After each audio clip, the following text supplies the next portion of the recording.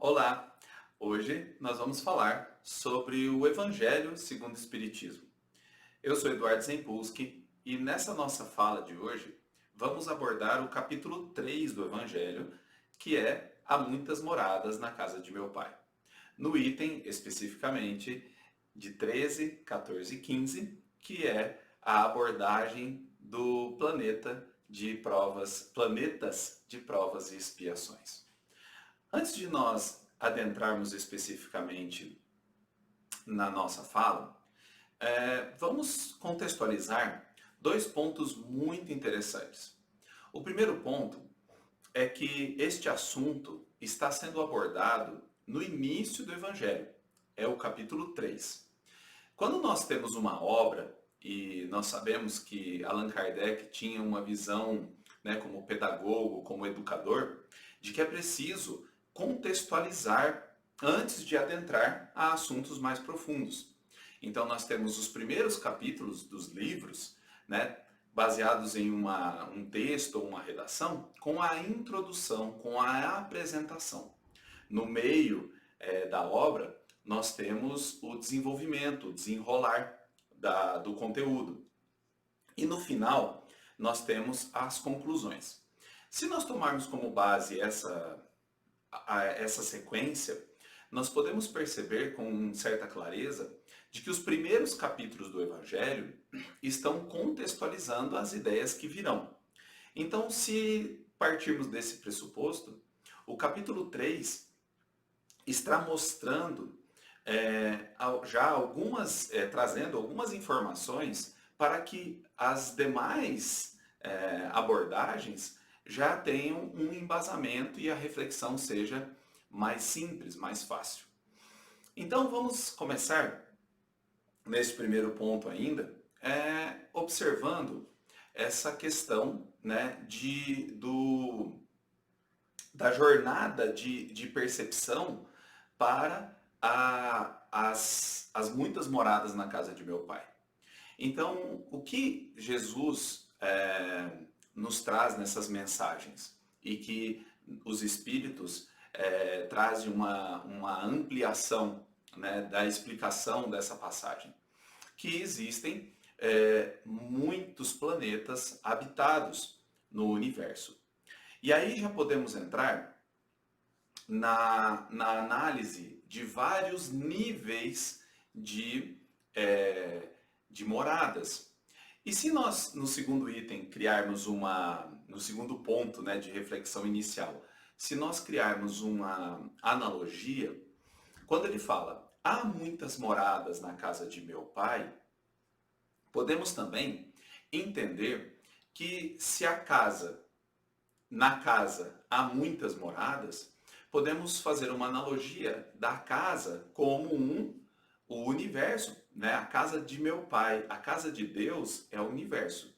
E a morada ou as moradas podem ser consideradas os cômodos, os quartos, as salas, né? Então imaginem uma casa gigantesca, uma casa enorme, um palácio, um castelo, com dezenas, centenas, milhares, bilhares de quartos, de cômodos. É exatamente essa a analogia que nos facilita a visualização do desenrolar do tema desta noite, desta nossa conversa. Por quê? Quando nós entendemos que existem muitas moradas ou cômodos dentro da casa, que é o universo, podemos também entender que existem na lei, né, de Deus a constante criação. Então, novos cômodos precisam ser construídos para que novos moradores da família universal, possam morar nesta casa, neste grande, né, castelo, nessa grande morada, né, nessa grande casa que tem muitas moradas. E se imaginem uma casa que está sendo sempre construído novos cômodos, esse cômodo ele tem etapas de construção. Então, no primeiro momento, ele é levantado a fundação, as paredes, né? Até que ele se torna, no nível de acabamento, um acabamento inicial já habitável. É como se antes ainda de pintar, de colocar o piso cerâmico, por exemplo, a gente já precisasse acomodar esses familiares lá. Então, num primeiro momento, a gente tem um planeta ou uma morada ainda rústica, né? Com as paredes ainda com a cor de cimento, né? Nas etapas ainda iniciais da obra. Passado algum tempo, a gente já consegue passar uma massa, né, branca com uma tinta ainda de uma qualidade talvez não das melhores, um piso cerâmico ali também ainda básico. E aí a gente vai conseguindo visualizar que é possível fazer reformas, né? Então, uma primeira etapa, e aí a gente vai fazer, depois numa outra etapa a gente pode fazer um forro, trocar e colocar uma luminária melhor, colocar um porcelanato, colocar uma tinta de melhor qualidade na parede. Então vejam, até que nós vamos ter ali uma morada ou um ambiente já muito bem acabado, já no nível final, ou digamos próximo, né, a um nível de perfeição. Então, se nós pensarmos que para que o ambiente seja reformado e seja construído e chegue neste nível, é preciso também que os moradores deste cômodo, deste ambiente, deste planeta, passem por este processo. E aí entramos neste item do capítulo 3, que é o 13, 14 e 15, dos planetas de provas e expiações. Quando nós chegamos no planeta de provas e expiações, nós entendemos que estamos numa etapa intermediária. Como na analogia do quarto ou do ambiente ali que está sendo reformado, existem cômodos sendo construídos o tempo todo. É como se nós estivéssemos num canteiro de obras dentro do universo. O tempo todo temos novos ambientes sendo construídos, que são as novas moradas, que são nessa analogia os novos planetas, e todos os planetas que já foram criados estão passando pelas etapas de reformulações até chegar na obra-prima, na obra final, na versão final deste empreendimento divino. Então, quando nós falamos em provas e expiações, nós falamos em um planeta, ou um cômodo, ou uma morada que está numa etapa intermediária da obra, uma etapa intermediária da construção para chegar na maestria, né, no nível máximo da morada, né, no nível final dessa morada. E podemos considerar que estamos, então, numa segunda etapa de evolução, numa segunda etapa da obra. E esta etapa, ela pode ser muito bem percebida como uma etapa de ajustes necessários, de correções necessárias para atingir a próxima etapa. Quem já acompanhou aí reformas ou obras sabe que é muito comum, né, a gente construir as paredes, depois vir fazendo o reboco. Mas antes de fazer o reboco, é preciso abrir as paredes para inserir lá os conduítes, né, os eletrodutos para as tomadas, para distribuir a energia nas paredes. E para isso ser feito, é preciso quebrar a parede que foi recém-construída. E é mais ou menos isso, nessa mesma analogia que estamos seguindo, que visualizamos uma percepção do quanto nós precisamos prestar muito atenção na maneira com que nós vemos as mazelas e as dificuldades humanas. Porque são etapas que, quando temos consciência, está tudo bem. Né? Então nós sabemos que é necessário colocar aquela mangueira, né, normalmente é a mangueirinha amarela, para passar uma tomada. Então quebrar aquela parede é uma dor, é uma ação necessária para se ter um benefício. Então, quando nós vemos o planeta de provas e expiações, dividimos ele em duas bases, né, que são provas e expiações. E é preciso entender a diferença entre os dois. Porque provas, todos os seres humanos precisam passar. Né? Então, na ideia da parede, são provas. Olha, você tem que quebrar essa parede que você acabou de construir, ou que, né, você participou da construção, para ter um benefício posterior. Então, é uma prova. Você precisa estar concentrado, você precisa entender alguns conceitos básicos da crença em Deus, ou da confiança em si mesmo, da fé, da coragem necessária para enfrentar estas provas.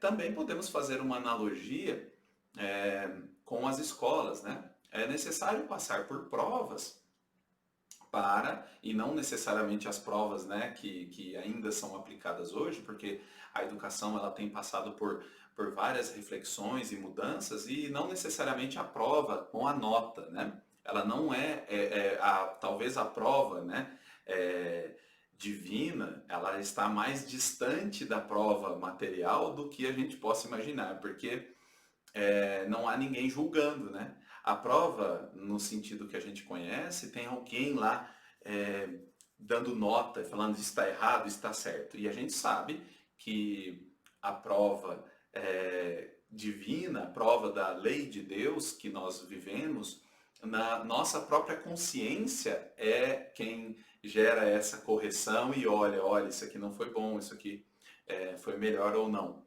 E aí, a partir do momento que nós passamos pela prova, nós vamos ter a consequência que vai ser o progresso, né, por ter passado de forma resignada ou de forma equilibrada aquela prova, ou nós vamos ter a lei de ação e reação agindo nessa prova, na consequência dessa prova, com a expiação.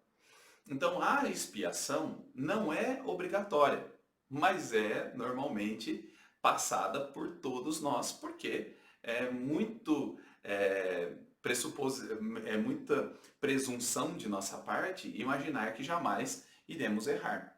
Então, quando nós temos uma prova, nós passamos por ela, e dependendo da maneira com que passamos por esta prova, nós vamos ter a expiação como uma reação às ações que tivemos naquela prova e, consequentemente, expiar significa testar num outro nível de provação. Então, há provas, teoricamente, provas a base da evolução, né? A base que nós precisamos para evoluirmos, para darmos novos passos em direção à jornada de espíritos puros. Quando vivemos, de alguma maneira, com algum tipo de... passamos por provas, com algum tipo de dificuldade ou revolta, ou não percebemos naquela passagem, conscientemente ou inconscientemente, uma importância, e não aprendemos realmente o que tem que ser aprendido, então temos as expiações. Depois de um certo tempo que estamos dentro de um cômodo, dentro de uma morada, é muito difícil não termos moradores ali que não estão passando pelos dois. Então, tecnicamente, todos nós, de alguma maneira, passamos por muitos anos, centenas de anos, talvez milhares de anos, né?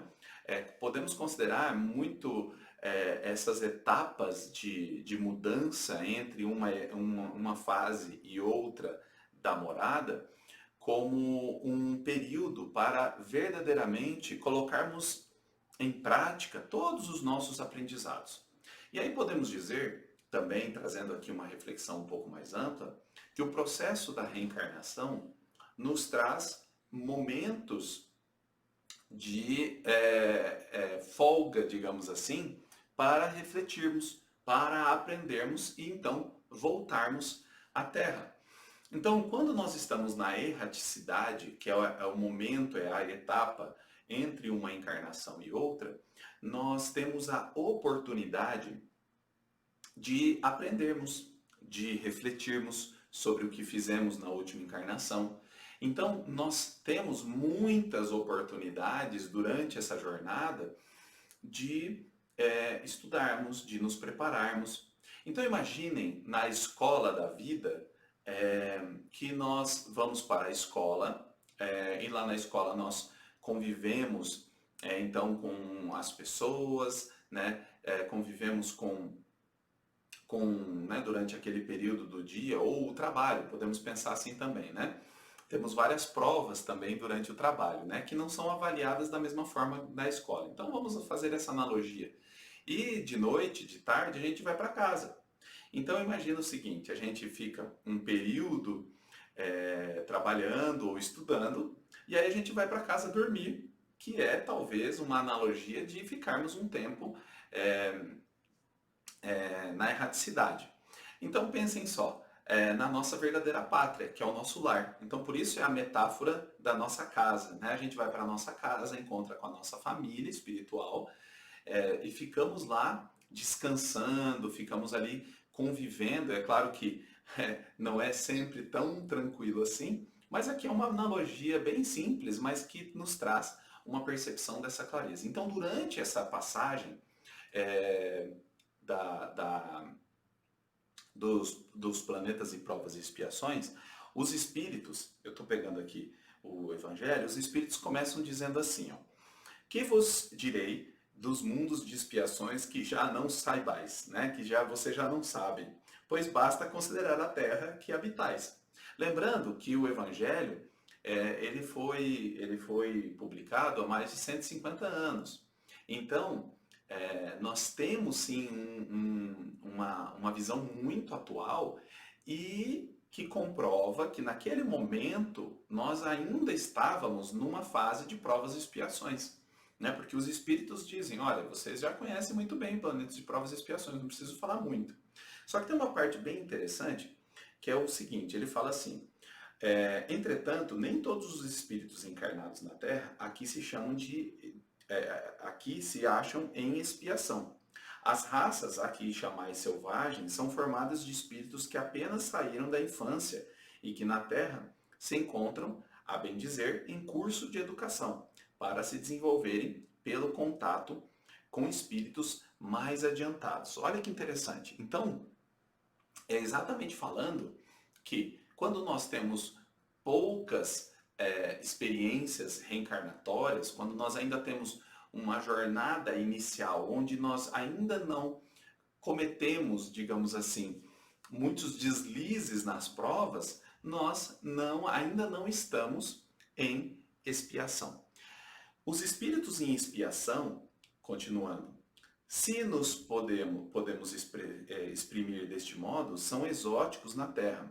Já viveram em outros mundos, dos quais foram excluídos em consequência à sua obstinação no mal e por se constituírem em causa de perturbação para os bons. Olha que interessante.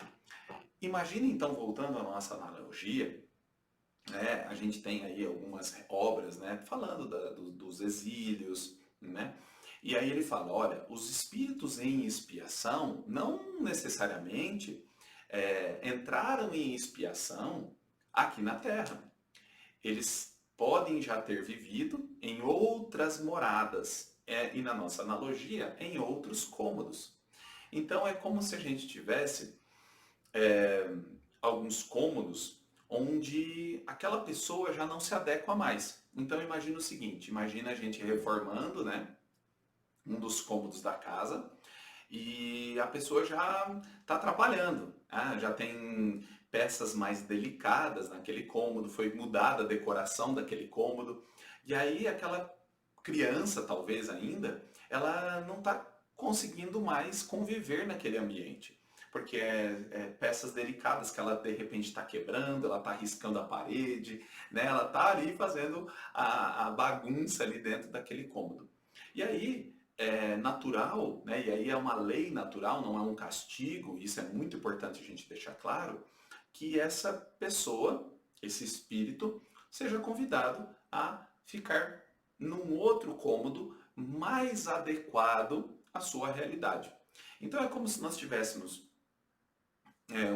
alguns cômodos, né, milhares de cômodos para a infância, né, espiritual ali, então é um ambiente mais protegido, mais preparado ali em termos de adequação àquele nível evolutivo e também que leve ele a se desenvolver. E a gente vai tendo então ambientes mais adequados, onde a gente tem menos risco de colocar as nossas bases de evolução espiritual em risco. Então, quanto mais primitivo o planeta, mais difícil de viver e mais empenhados estaremos na sobrevivência. Então vejam bem, eu sempre gosto de trazer uma reflexão lá dos homens das cavernas, que ainda estavam num planeta primitivo, né, que é bem mais difícil em termos de experiência vivencial, fisicamente falando, do que o provas e expiações. Só que vamos comparar isso de uma forma, de uma outra perspectiva. Imaginem um homem das cavernas lá, acordar um certo dia pela manhã, e falar assim: ah não, hoje eu não estou afim de caçar. Ah não, hoje eu não estou muito bem, eu não estou muito bem. É nessa hora que a gente pergunta, isso seria uma cena quase impossível. Por quê? Porque a mente proporcionada ao condicionamento que se tinha da vida, não tinha tempo para esse tipo de divagação. Não havia tempo para pensar, ah, eu não posso, hoje eu não vou buscar água. Eu não vou buscar água no rio porque eu não estou afim. Ah, eu não estou satisfeito com a minha função na sociedade. Esse tipo de reflexão, ele é uma reflexão muito mais elaborada que vai se construindo a partir das mudanças que vão havendo. Então depois vêm os gregos e começam a trazer a filosofia, as reflexões em relação à vida, né, que começam a pensar, peraí, por que eu estou aqui? O que eu estou fazendo? São os grandes questionamentos, né, dos filósofos, dos grandes filósofos. Depois vem Jesus, que traz uma nova perspectiva da reflexão do, peraí, estamos aqui por algum motivo. Então, essa jornada vai acontecendo gradualmente com a mudança do ambiente que estamos, proporcionada pela mudança dos moradores que ali estão. Então, vejam, nas últimas décadas, em comparação com os homens das cavernas, estamos cada vez mais nos questionando. Mais do que há 50 anos, há 100 anos, há 150 anos. Talvez estamos chegando no ápice da reflexão. Por que estamos aqui? O que realmente estamos fazendo? Qual o real motivo de eu estar nesta família que eu tenho uma dificuldade com uma pessoa sob o mesmo teto? Por que estamos aqui num planeta que está proporcionando dificuldades em todos os aspectos? Estamos passando por dificuldades na violência, estamos passando por dificuldades nas oscilações econômicas, agora estamos passando por uma pandemia que paralisou, né, tanto no sentido físico, né, muitas pessoas, quanto no sentido emocional, através do medo, através das dificuldades apresentadas na perspectiva do relacionamento. E já temos mensagens, né, uma delas trazidas pelo nosso querido Divaldo Franco, de informações que houve, né, nos meses que antecederam esta pandemia mundial, um acontecimento espiritual muito similar ao narrado em Nosso Lar, ao ser anunciada a Segunda Guerra Mundial. E vejam que se há no plano espiritual um cuidado, um zelo pelos espíritos que aqui estão, precisamos nós também nos conscientizar que estamos num processo de mudança. Na mesma proporção que estamos vivendo num planeta de provas e expiações, provavelmente ainda ou já talvez em grande avanço de transição, teremos novas etapas com novos desafios. E esses novos desafios, se comparados a uma obra, são aquelas descobertas na reforma. Eu já citei algumas vezes aqui na casa sobre a reforma íntima, que na minha visão como arquiteto, e talvez por isso eu trago muito essas analogias das obras, mas que facilita muito essa nossa visão, eu prefiro usar o termo reconstrução íntima, porque nós reformamos muitas vezes, deixamos ali elementos do antigo. Quando nós reconstruímos, nós pegamos as mesmas bases e vamos reestruturando as paredes, as fundações. Muitas vezes é necessário desfazer de tudo que foi feito. Imaginem lá um prédio, né, com tecnologia, com muitos andares. Não é possível construir um prédio em cima de uma casa com uma fundação sem preparação para isso. É necessário sim utilizar o mesmo terreno, mas não as mesmas fundações, não as mesmas bases. E é exatamente isso que temos observado. Estamos provavelmente no final de um grande ciclo de um planeta de provas e expiações para adentrarmos a uma nova etapa, o que chamamos de planeta de regeneração, o que é dado, né, pelos espíritos como planetas regeneradores. Mas para nós verdadeiramente transitarmos nesta reforma ou nessa reconstrução, precisamos findar este momento como um momento que realmente nos trouxe verdadeira reflexão, nos trouxe verdadeira percepção e assim tendo uma clareza, uma consciência da importância de tudo aquilo que nós vivemos. As vivências que tivemos, passando por provas e muitos de nós, a maioria de nós, por expiações, nos dão um sinal de que novos tempos estão chegando, mas é preciso aproveitar os aprendizados. Então, para nós já encaminharmos para fechamento, quero utilizar uma reflexão, né, desta mensagem, deste quinto, do item 15, que diz o seguinte: é assim que Deus, em sua bondade, faz que o próprio castigo reverta em proveito do progresso do espírito. E aqui então, ele diz o seguinte, em outras palavras, que quando nós mudamos de um ambiente para o outro, de uma morada para outra, nós vamos levar conosco as experiências que tivemos no anterior. Então nós temos aqui a beleza da bondade divina em vários aspectos. Então, para nós compreendermos isso de forma bem tranquila, mas ao mesmo tempo estruturada, imagine a seguinte situação.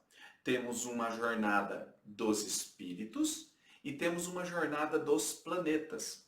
Quando nós temos a jornada do planeta com a do espírito juntos, que pode acontecer, mas não é sempre, né? E cada caso vai trazer uma situação, cada pessoa, cada um de nós vai ter uma jornada, nós temos um espírito que vai ficar por muito tempo na mesma morada.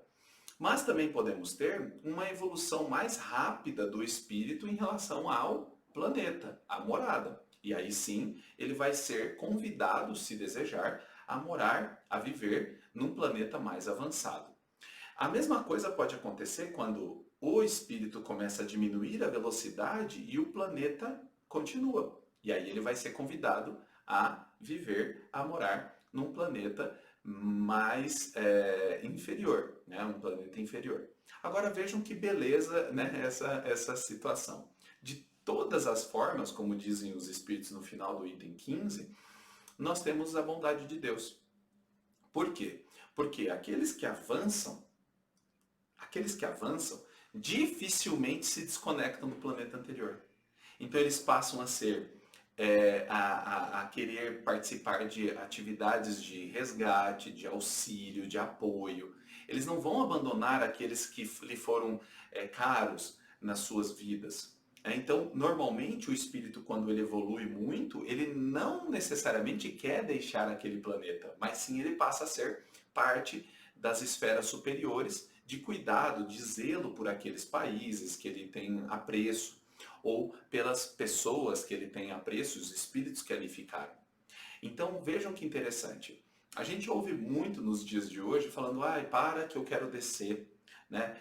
Eu não sei o que vai acontecer com esse planeta. As pessoas realmente questionando, talvez até sugerindo que não deveriam estar aqui.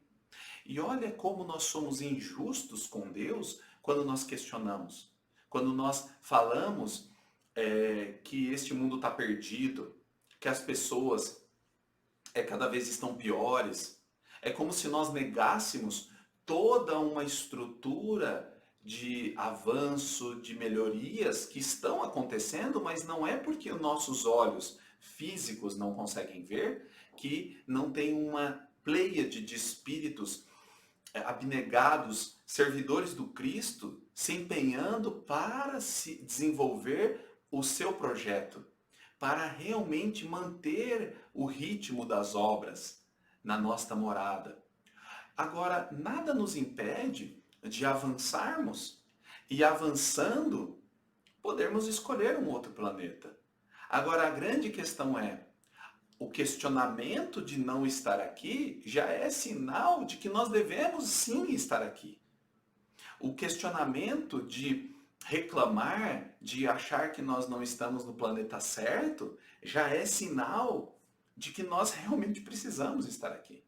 Então, conscientes de que Deus é infinitamente justo e bom, podemos ter a certeza de que estamos no planeta certo, no momento certo, no país certo, passando pelas dificuldades que precisamos, que necessitamos e que muitas vezes pedimos, imploramos.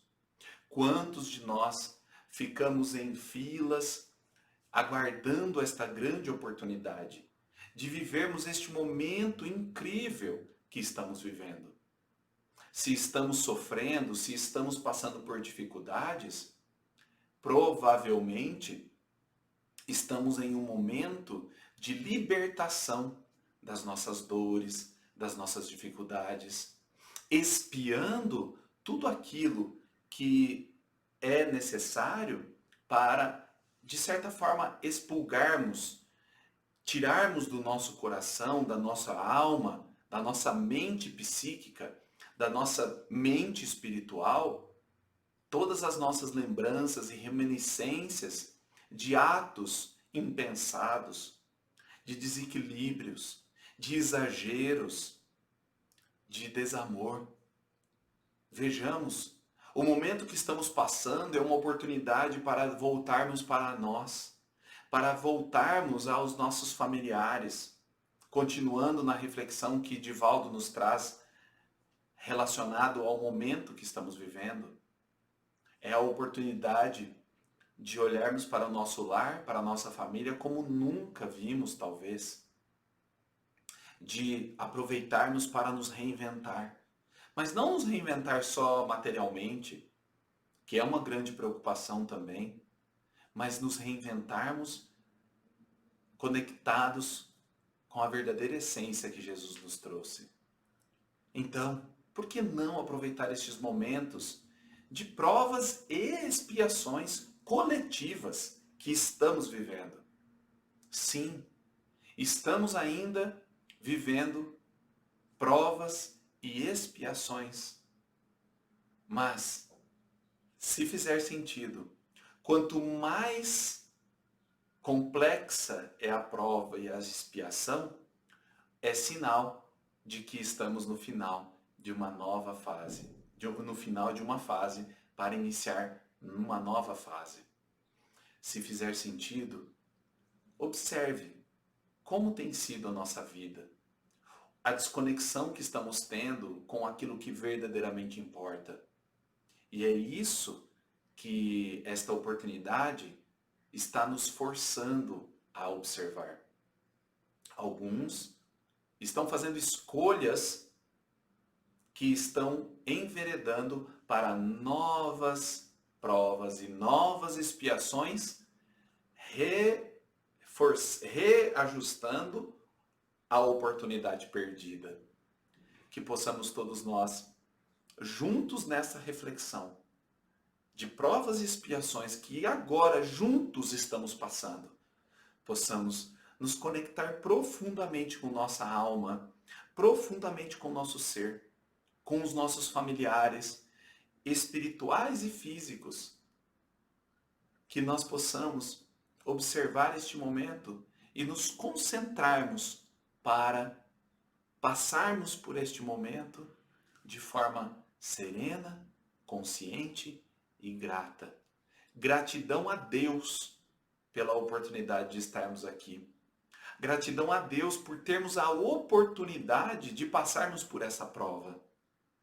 Nós podemos ser considerados aqueles que perdemos o dia da prova e que imploramos pela segunda chamada, ou pela terceira, quarta, 10ª chamada, 1000ª chamada. E aqui estamos, no momento em que podemos fazer mais uma prova, passarmos por mais uma expiação, e que neste caso é de muitos ao mesmo tempo, de uma humanidade toda angustiada, preocupada para passar por tudo isso. Então, meus irmãos, que nós possamos neste momento observar a beleza da vida, observar a beleza do amor e nos conectar profundamente. Para encerrarmos, quero simplesmente trazer uma reflexão. É chegado o momento em que, em uma jornada, em que uma viagem de avião, haviam muitas pessoas, famílias, crianças, idosos, e nesta viagem começou uma trepidação, uma turbulência que desestabilizou fortemente o avião. Em um primeiro momento, alguns começaram a rezar, a ficar preocupados, até quando começou uma movimentação tão brusca nesta aeronave, neste avião, que as pessoas realmente perceberam que provavelmente elas não iriam sobreviver.